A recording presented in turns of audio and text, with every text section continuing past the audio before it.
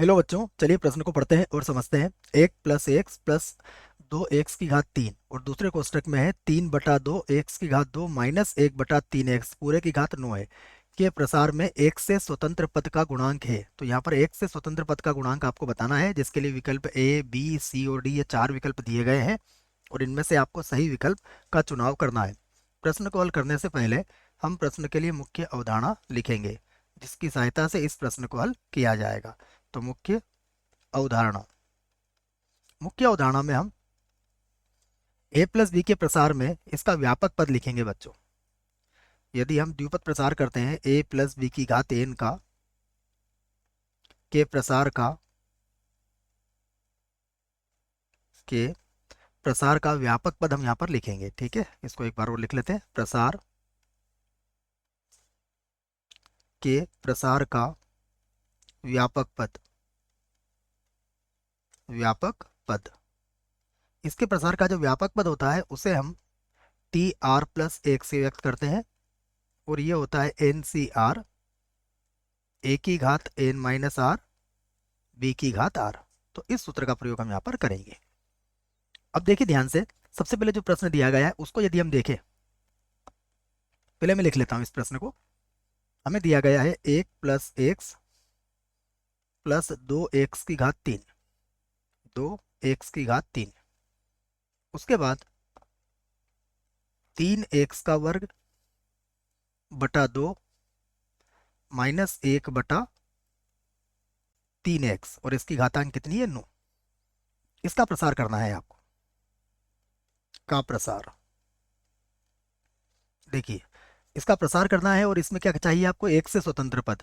तो आप ध्यान से देखिए कि जो पहला गुणनखंड है, इस गुणनखंड में तो कोई घातांक नहीं है।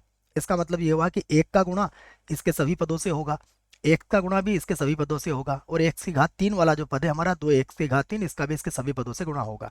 तो कब कब हमें एक से स्वतंत्र पद मिल सकता है, तो वह सब कुछ किस पे निर्भर करेगा, 3x की घात 2 माइनस बटा 2 माइनस 1/3x की घात 9 के प्रसार के पदों पर। इसमें जो स्वतंत्र पद आएगा उसका गुणा एक से करने पर हमें स्वतंत्र पद मिलेगा। इसमें 1/x वाला जो पद आएगा उससे गुणा करेंगे तो भी स्वतंत्र पद मिल जाएगा, और 1/x की घात 3 वाले पद से भी हमें स्वतंत्र पद मिलेगा। मतलब ये हुआ कि इसका हमें सबसे पहले इसके पदों को ज्ञात करना पड़ेगा। इसलिए मैं क्या करता हूं कि 3x की घात 2 बटा 2 माइनस 1/3x की घातांक कितनी है 9 के प्रसार का के प्रसार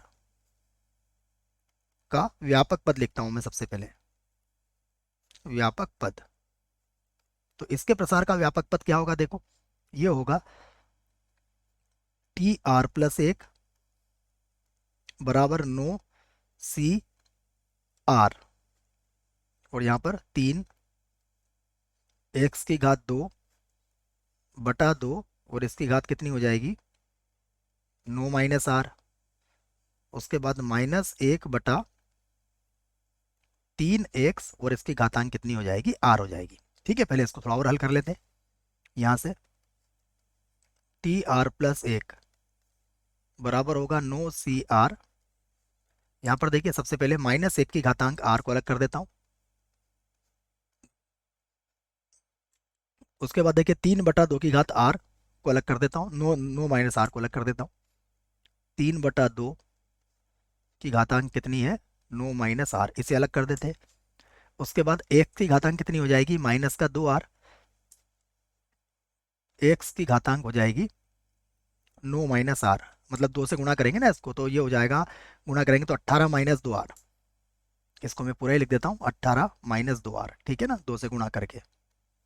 तो x की घातांक यहाँ पर हो गई हमारे पास 18 और माइनस का हो गया 2r। ठीक है, ये 18 माइनस 2r कैसे आया ये समझ में आ गया होगा, क्योंकि x की घात 2 थी बच्चों, 2 से गुणा होगा 9 और r को, तो 9 से 18 और ये हो जाएगा 2r। बटे में देखते हैं, बटे में -1 को हमने अलग कर ही दिया है, 3 की घात r और x की घात r हो जाएगा। कहीं पर भी लिख दो बटे में, ये होगा 3 की घात r और गुणा x की घात हो जाएगा r। इसको थोड़ा और सरल कर लेते हैं, तो Tr+1 बराबर 9CR माइनस 1 की घात R। उसके बाद यदि ध्यान से देखें तो ये हो जाएगा 3/2, इसकी घातांक कितनी है 9 - R।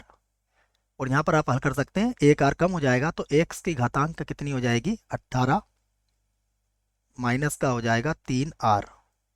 ठीक है, और बटे में कितना बचेगा 3 की घातांक R। इससे हम चाहें तो समीकरण नंबर 1 बना सकते हैं।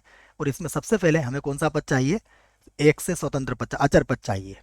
अचर पद के लिए हमें क्या करना पड़ेगा, इसमें 18 - 3R, इसका मान क्या चाहिएगा हमें 0 के बराबर। तो सबसे पहले हम लिखेंगे अचर पद के लिए,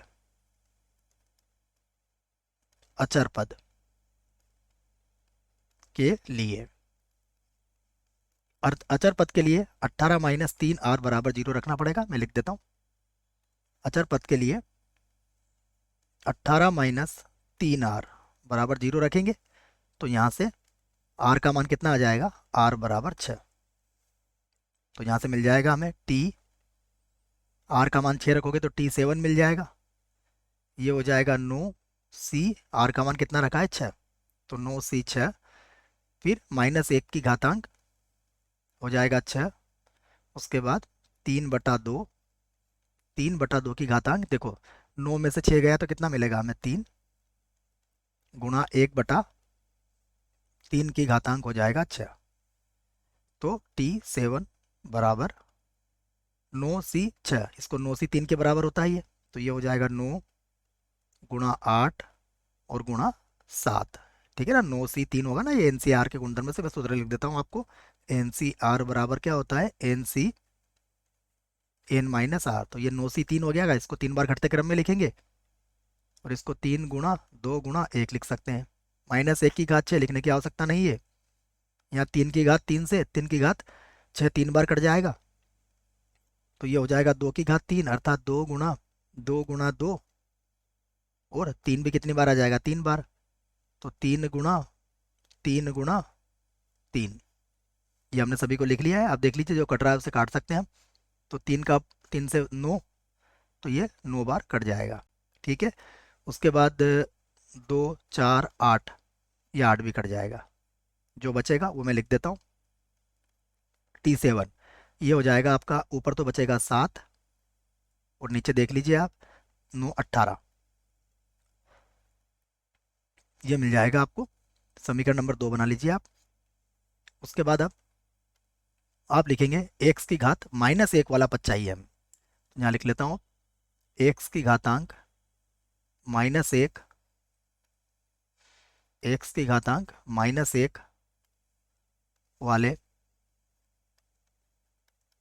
वाले पद के लिए, पद के लिए देखो इसके लिए 18 - 3R, 18 - 3R बराबर कितना रखेंगे हम, -1।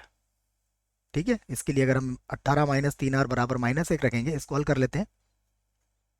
तो R बराबर, देखिए 18 को उधर ले जाएंगे तो -19 हो जाएगा और बटे में कितना आ जाएगा -3। ठीक है, देखो 18 को उधर लेगा, 1 और 18 का -19 और 3 बटे में लाया, माइनस से माइनस कट गया। तो यहाँ पर R क्या है, पूर्णांक नहीं है, R पूर्णांक नहीं है, क्योंकि R हमें कैसा चाहिए बच्चों, है ना, पूर्णांक की जगह आप प्राकृत संख्या भी कह सकते हैं, पूर्णांक बोल दीजिए, कोई दिक्कत नहीं है। R पूर्णांक नहीं है, इसका मतलब x की घात -1 वाले पद का अस्तित्व नहीं है, अस्तित्व नहीं है। तो ये तो अस्तित्व नहीं है। ठीक है, यहाँ पर R का मान तो 0 भी हो सकता है ना, इसलिए इसका पहला पद आएगा R बराबर 0 रखने पर, इसलिए पूर्णांक ही लिखना पड़ेगा हमें, प्राकृत संख्या से काम नहीं चलेगा हमारा। ठीक है, अब देखिए तीसरी स्थिति पे विचार करते हैं कि पुनः अब हमें क्या चाहिए, x की घात -3 वाला पद। अब x की घात -3 वाला पद, या वाले पद के लिए, वाले पद के लिए 18 माइनस का 3r, 18 माइनस का 3r बराबर कितना रख देंगे आप, माइनस का 3। इसको हल करिए। इसको हल करेंगे तो देखिए 18 को उधर ले गए, कितना हो जाएगा, यहाँ से मैं सीधा लिख देता हूँ r बराबर 18 और 3 माइनस का 21 हो जाएगा। माइनस का 21 बटे में कितना आएगा, माइनस का 3। कितनी बार कटेगा ये, 7 बार। इसका मतलब क्या हुआ, अब आपको 7 रखना है, तो t 7 प्लस 1 कितना हो जाएगा, 8। फिर 9c7 माइनस 1 की घातांक 7, फिर कितना था, 3/2। इसकी घातांक कितना होगा, 9 माइनस, देख लेते समीकरण नंबर 1 में मान रख रहा हूँ मैं, 3/2, 9 माइनस 7 हो जाएगा, 9 माइनस 7। उसके बाद फिर होगा, ये तो घातांक x की घातांक -3 हो ही गया है, ये हो जाएगा x की घातांक माइनस का 3 और बटा, बटे में कितना आ जाएगा, 3 की घात r है तो 3 की घात 7 हो जाएगा। ठीक है, 3 की घात 7। इसे भी हल कर लेते हैं। 9c7 किसके बराबर होगा, 9c2 के, तो ये होगा 9 गुणा 8 और 2 गुणा 1 हो जाएगा ये, माइनस 1 की घात 7 माइनस 1 के बराबर होगा। फिर 9 में से 7 गया तो 2 बचा, तो ये होगा 3 की घात 2, 3 की घात 2, और यहाँ 2 की घात 2 हो जाएगा, 2 की घात 2 गुणा x की घात माइनस का 3, और यहाँ 3 की घात 7 हो जाएगा। ठीक है, आगे हल कर लेते हैं इसको। तो t8 बराबर, अगर आप देखें तो 9 क्या होता है, 3 की घात 2 होता है, तो 3 की घात 2 और ये भी 3 की घात 2 कितना हो जाएगा, 3 की घात 4, 3 की घात 4 हो गया, गुणा -1। ठीक है, ये 8 होता है, इसको अगर आप देखें तो चलो 8 ही लिख देते हैं इसको, क्योंकि नीचे भी 8 ही आ जाएगा हमारा, गुणा में आ जाएगा x की घात माइनस का 3, और बटे में क्या है देखते हैं, बटे में देखें तो 2 की घात 2 4 और ये एक और 2 है, तो 8 हो गया यहाँ पर। ठीक है, और 3 की घात कितनी है, 3 की घात है 7, तो t8 बराबर, अब आप देखिए 8 से 8 कट जाएगा, 3 की घात 4 से 3 की घात 7, 3 की घात 3 बार कट जाएगा, तो 3 की घात 3 कितना होता है, 27। तो x की घात माइनस का 3 और बटे में कितना आ जाएगा, 27। चाहे तो इसे समीकरण नंबर कितनी बनाई है हमने, 1 2 3 बना सकते हैं।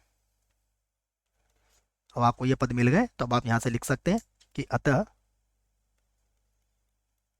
अतः पूरा सवाल लिखना पड़ेगा, 1 प्लस एक्स प्लस 2x की घात 3, 1 प्लस एक्स प्लस 2x की घात 3, दूसरे कोष्टक में कितना है, दूसरे कोष्टक में है 3x की घात 2/2, 3x की घात 2/2 माइनस कितना है, 1/3x, 1/3x। ये माइनस भी लगा देना बच्चों, इस माइनस को यहाँ भूल गए थे हम, ये -1 भी तो लिखोगे आप। ठीक है ना, ये माइनस जो चल रहा है आपका, ये हो जाएगा 1 कितना था, 3x, देख लेते हैं, 3x, 3x, और इसकी घातांक कितनी है, 9 के प्रसार में स्वतंत्र पद। ठीक है, यही कहा गया ना, बराबर देख लेते हैं, x से स्वतंत्र पद लिख दो, कोई बात नहीं, इसमें लिख दो, मैं x से स्वतंत्र, x से स्वतंत्र पद। अब समझिएगा क्या आएगा, सबसे पहले 1 का गुणा किससे होगा, जो हमारा अचर पद आया था बच्चों। तो देखिए अचर पद कितना था, अचर पद था 7/18। ठीक है, तो इसको लिख दिया मैंने 1 गुणा 7/18। ठीक है, उसके बाद x की घात -1 वाला पद आया ही नहीं, तो इसका गुणा तो होगा नहीं। उसके बाद प्लस, अब 2 का गुणा किससे होगा, x की घात -3 वाले गुणांक से। तो ये कितना आया देखो, हमारा अभी आया है माइनस का 1, और बटे में कितना है, बटे में है आपका 27, और x की घात 3 से x की घात -3 तो कट ही जाएगा, ये बचेगा हमारे पास। अब हम क्या करते हैं, 28 और 27 का लघुत्तम ले लेते हैं। तो 18 और 27 का लघुत्तम क्या होगा बच्चों, 54। अब 18 के पाड़े से 54 को 3 बार काटो तो ये कितना हो जाएगा 21। 27 के पाड़े से इसको 2 बार काटो तो 2 दूनी 4 हो जाएगा, माइनस का 4। अब क्या करो आप 21 में से 4 को घटा सकते हो तो ये आ जाएगा 17/54। तो ये हमारा उत्तर है 17/54। अब विकल्प देखना पड़ेगा हमें 17/54 कहाँ आ रहा है।